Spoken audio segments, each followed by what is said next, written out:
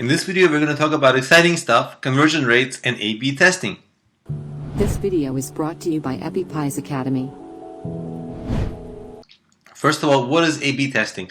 It's a very basic tool that you should really use for the rest of your sort of entrepreneurial career.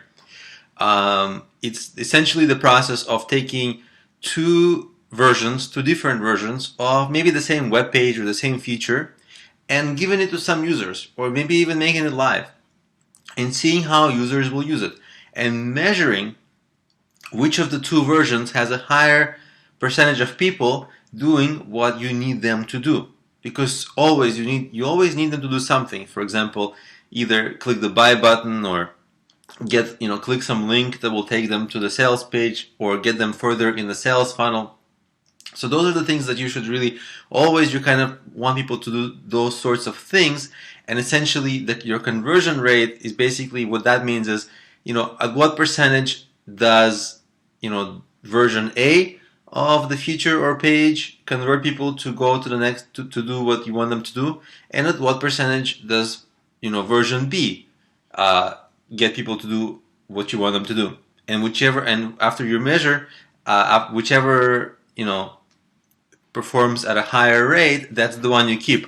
And then you can do this many times. You can create, A, B, version C, version D, and test them against each other until you learn what really converts people at the highest possible rate. Because then that's actually what you really want. Because needless to explain, right? You want them, as many people as possible, to convert to whatever you need them to do. And you should always be optimizing every step of your sales funnel to have the highest conversion rate of the person doing the next thing that you need them to be doing. And what happens is, once you hone in, once your conversion rates are high, what happens is new promotional opportunities open up to you. So for example, if you know that if you send people to some page, 10% of them end up buying your product, which and it ends up being, you end up making a certain amount of revenue. Well, then if you know how much revenue and profit you'll make, you'll be able to, at some point, once it's high enough, you'll be able to buy traffic, right? You won't have to rely on the free marketing. You'll be able to buy traffic, and you can buy as much traffic as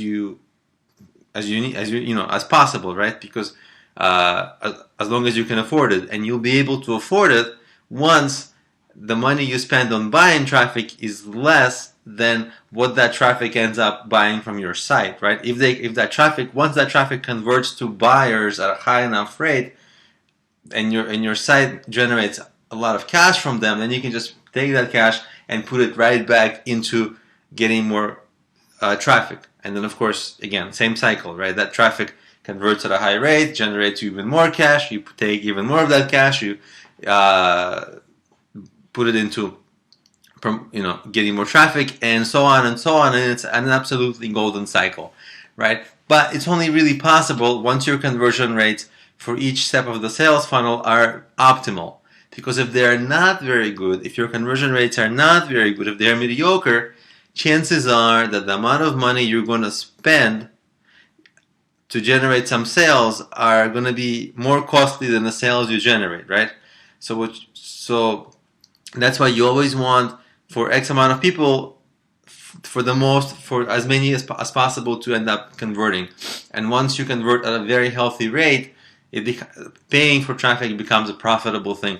And then, like I mentioned, really cool new marketing opportunities open up. So that's kind of the relationships between A/B testing, conversion rates, and your general sales funnel, whatever it might be. Maybe it's of your landing page, maybe it's a sales page, maybe of your home page, wherever people come, you want to optimize every step. You do the optimization with A/B testing, and once the optimization rate is high, guess what? You make profits, generally speaking. So this is what you always want to keep in mind.